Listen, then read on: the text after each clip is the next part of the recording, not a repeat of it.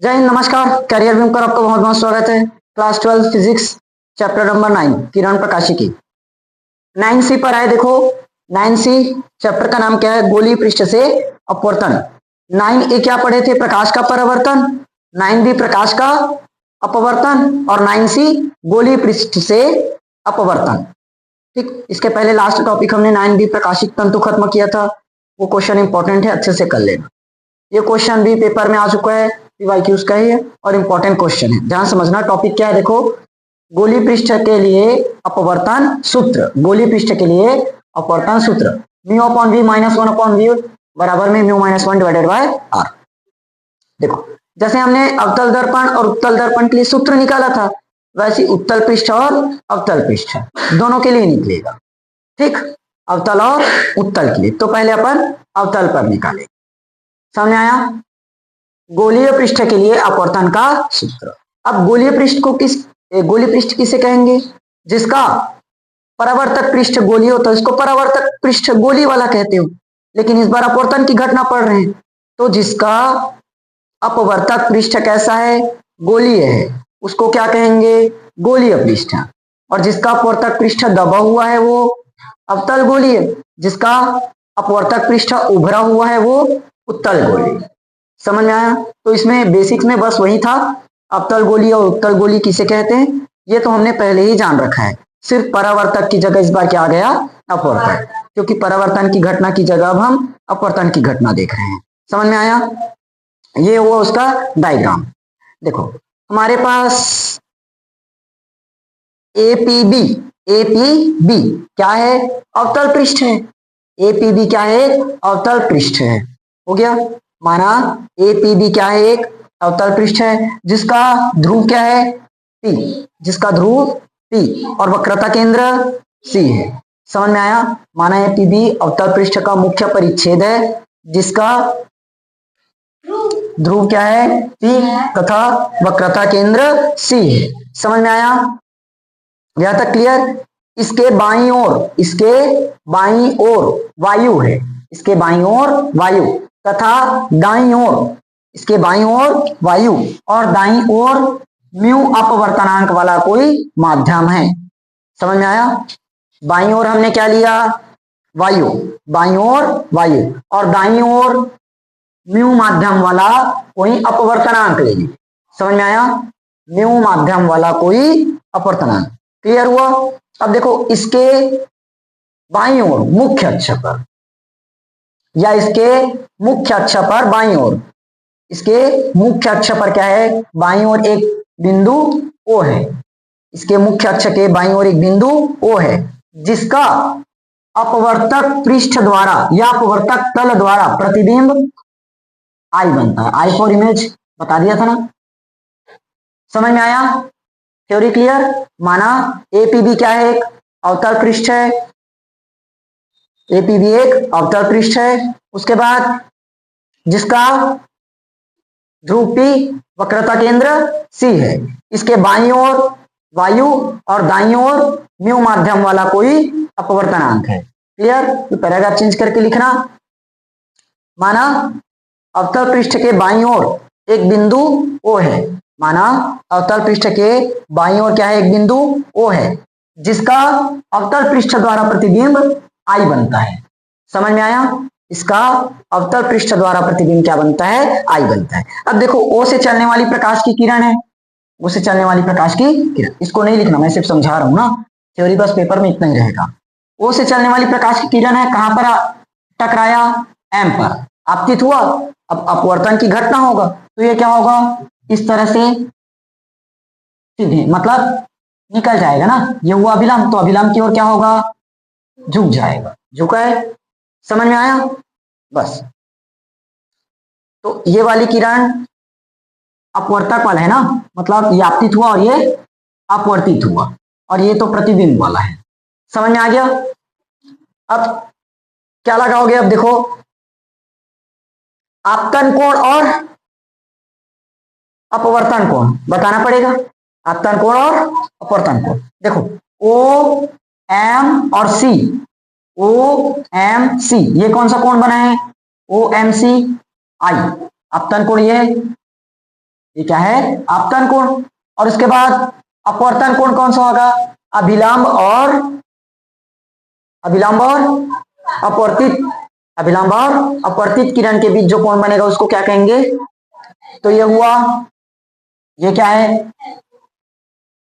अभिलंब और अपवर्तित किरण। ये वाला अपवर्तित किरण हुआ ना, अभी बताया। ओ एम आपतित हुआ और एम एन दिशा में अपवर्तित हुआ, और इसको माने अभिलंब, तो इनके बीच बनाना कोण आर, ये क्या होगा? अपवर्तन कोण। क्लियर हुआ? अभिलंब और अपवर्तित किरण के बीच कौन सा कोण बना? अपवर्तन कोण। क्लियर? और आपतित किरण और अभिलंब के बीच आपतन कोण। समझ में आ गया? तो कोण के बारे में बताना पड़ेगा। आपतन कोण कौन सा है? आपतन कोण, कोण ओ एम सी, ये वाला है ना, तो ये कहां पर बना है? O M C, O M C, ये क्या है हमारा? आपतन कोण आई। क्लियर? अब दूसरा क्या बताएंगे? अपवर्तन कोण। बताओ अपवर्तन कोण कौन सा है? कोण एल एम एन, आया? कोण एल एम एन, ये क्या है? कोण आर, अपवर्तन कोण। यहां तक समझ में आया कि है? अब मान लेते हैं, माना अल्फा बीटा थीटा हमने मान दिया। M O P, M O P क्या माने? अल्फा, क्या होगा? अल्फा। ऐसे करो, सी तक मान, सी तक कोण लास्ट है ना, उसी तक ही कर लो। कोण एम ओ सी बराबर अल्फा, कोण I M C, I M C, ये क्या है? बीटा। अरे एक मिनट, उल्टा हो गया क्या? एम आई सी, ये होगा ना। लास्ट क्या बचा? M C P, M C P, ये क्या है? यहां तक समझ में आया? तीनों कोण के बारे में हमने सिर्फ बताया। M I A sorry, M O C alpha, M I C beta, M C P theta. यहां तक समझ में आ गया? अब क्या लगाएंगे? स्नेल का नियम, स्नेल के नियम से साइन आई बटे साइन आर होता है। लेकिन यहां पर चूंकि आई व आर का मान क्या होता है? बहुत ही, आर का मान बहुत ही कम होते हैं। क्या होंगे? कम होते। देखो ना, आई और आर बहुत ही छोटा बनेगा ना, इसीलिए हम आई और आर को क्या कर सकते हैं? म्यू बराबर साइन आई के बराबर में ले देंगे आई, साइन आर के बराबर में क्या ले देंगे? आर। समझ में आया?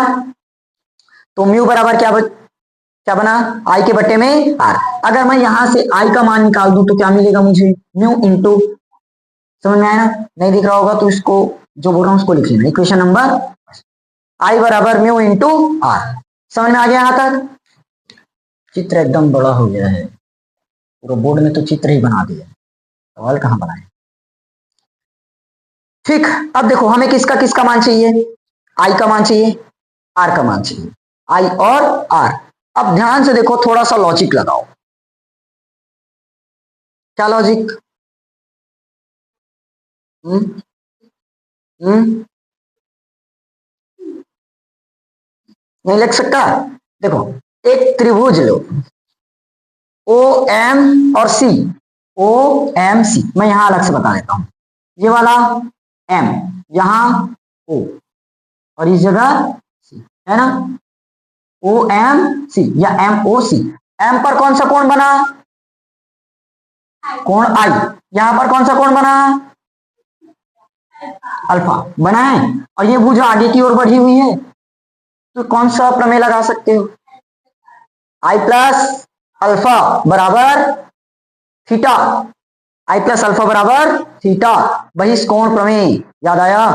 आई प्लस अल्फा बराबर थीटा। अभी तो एक दिन और समझाया था किसी को बहिष्कोण प्रमेय। कौन कौन सा त्रिभुज ले रहे हो? त्रिभुज O M C, O M C में क्या लगा? बहिष्कोण प्रमेय, अगर किसी त्रिभुज की एक भुजा को आगे बढ़ाते हैं, एक भुजा को आगे बढ़ाते हैं, तो जो आगे बढ़ाए हुए कोण बनता है, आगे बढ़ाए हुए भुजा पर कोण बनता है, वो अंदर में दूर में स्थित कोणों का योग होता है। तो यहां क्या क्या मिला, आई प्लस अल्फा, आई प्लस अल्फा बराबर थीटा, ये देख लो। अब दिखा, आई प्लस अल्फा बराबर थीटा, आई प्लस अल्फा, आई प्लस अल्फा बराबर क्या होगा, थीटा। समझ में आ गया यहां तक? मिला? हमें किसका मान चाहिए, आई का, किसका मान चाहिए, आई। तो क्या बनेगा, थीटा माइनस में अल्फा, थीटा माइनस अल्फा। समझ में आ गया? अब किसका मान चाहिए, आर का, आर बचा है ना, तो अब कौन सा त्रिभुज लगाओगे, एम आई सी, क्योंकि आर और बीटा, आर प्लस बीटा क्या बन जाएगा, थीटा। समझ में आया? कौन सा त्रिभुज लगा, एम आई सी में, एम आई सी में बहिष्कोण प्रमेय, आर प्लस बीटा बराबर थीटा होगा। किसका मान निकालना है, आर का, तो क्या हो जाएगा, थीटा माइनस बीटा। यहां तक हो गया, थीटा माइनस बीटा। इतना बड़ा चित्र नहीं बनाना चाहिए था, सॉल्व करने के लिए जगह ही नहीं बचा, जगह ही नहीं बचा, जगह ही नहीं बचा।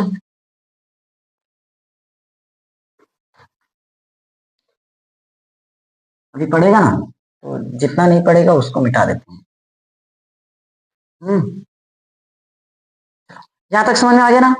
पुट करो समीकरण एक से, समीकरण एक से, मतलब एक में मान रखते हैं, आई का मान थीटा माइनस अल्फा बराबर म्यू, आर का मान थीटा माइनस बीटा। यहां तक समझ में आया कि नहीं आया, क्लियर हुआ? अब इसको मान देते हैं इक्वेशन नंबर सेकंड। कहाँ है सेकंड, फर्स्ट और सेकंड वन। अब देखो कोण बराबर पढ़े हो, देखो आई क्या है हमारा, थीटा क्या है, कोण तो है, अल्फा क्या है, ये भी कोण है, थीटा और बीटा दोनों तो कोण है, तो कोण बराबर चाप बटे, अरे वाह, पता है मैं तो भाई वालों को ऐसी समझ रहा था, कोण बराबर चाप बटे त्रिज्या। अब देखो कौन कौन सा कोण बना हमारे पास, एक कोण अल्फा, एक कोण क्या है अल्फा, इसको बताना नहीं पड़ेगा ना कि कोण को लिखकर ये वाला कोण यहां पर बनाए करके एम ओ सी, इसको तो हमने स्टार्टिंग में बता दिया, तो यहां रख देना। अल्फा चाप कौन सा है, देखो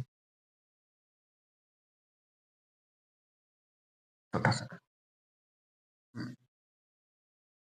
चाप कौन सा बनेगा, देखो यहां पर एक कटान बिंदु है एम, यहां पर भी एक कटान बिंदु है, तो वही तो कहलाता है क्या, चाप। तो चाप कौन सा बना, पी एम। अब बात आती है त्रिज्या, त्रिज्या ओ से लेकर पी तक की दूरी ही क्या होगी, त्रिज्या कहलाएगी।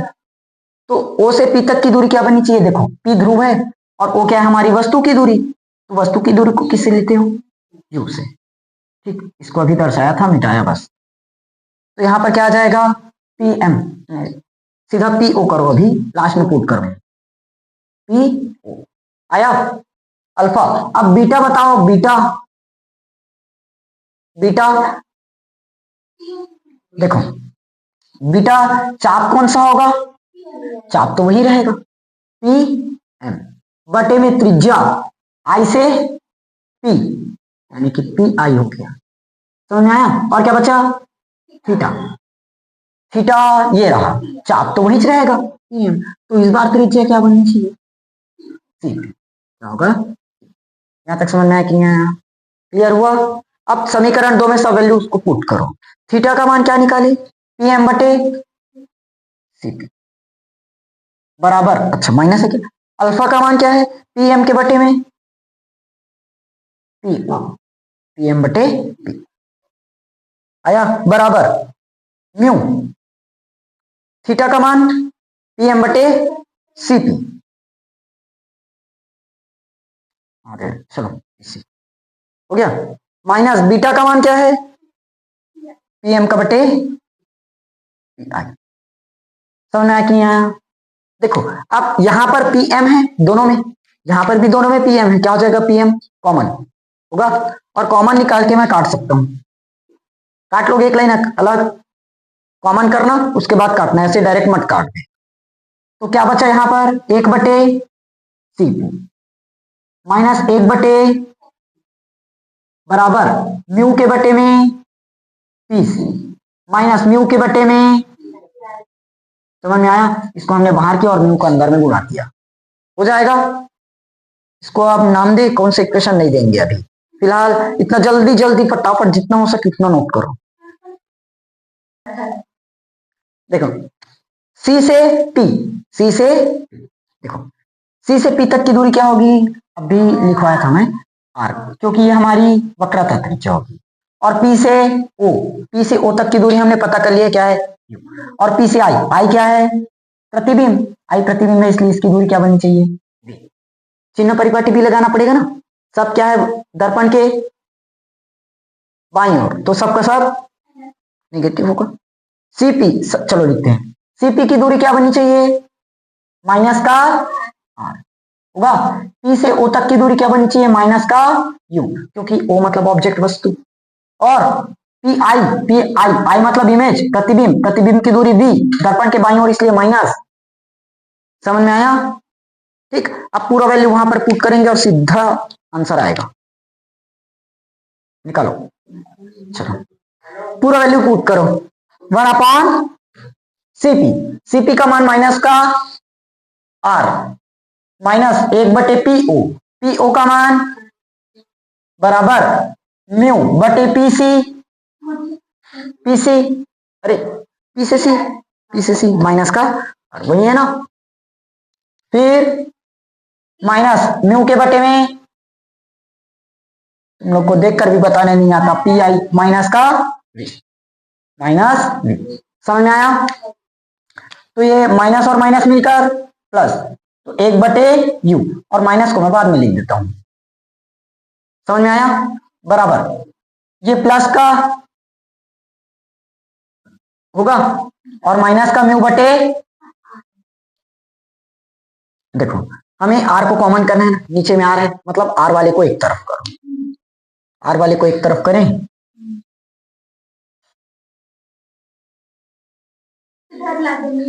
ऐसे करो, म्यू अपॉन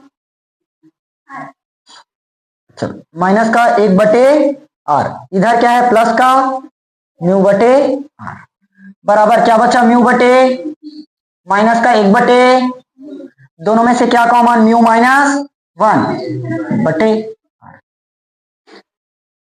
ठीक तो है? R, अरे यहां कैसे मैं गलत लिख दिया, म्यू माइनस 1 बटे R बराबर म्यू अपॉन V माइनस का 1 अपॉन U। आ गया ना? हो गया प्रूफ। लिख देना लास्ट में, यही अवतल पृष्ठ के लिए अपवर्तन का सूत्र है। समझ में आया कि नहीं आया? क्लियर हुआ? बस इतना ही निकालना था, फिनिश। कल अपन निकालेंगे उत्तल पृष्ठ के लिए अपवर्तन का सूत्र। ओके, तब तक इस टॉपिक को एकदम अच्छे से तैयार करना, इंपॉर्टेंट क्वेश्चन है, कई बार पेपर में आया हुआ है। ठीक, चलिए मिलेंगे हम लोग कल की क्लास में।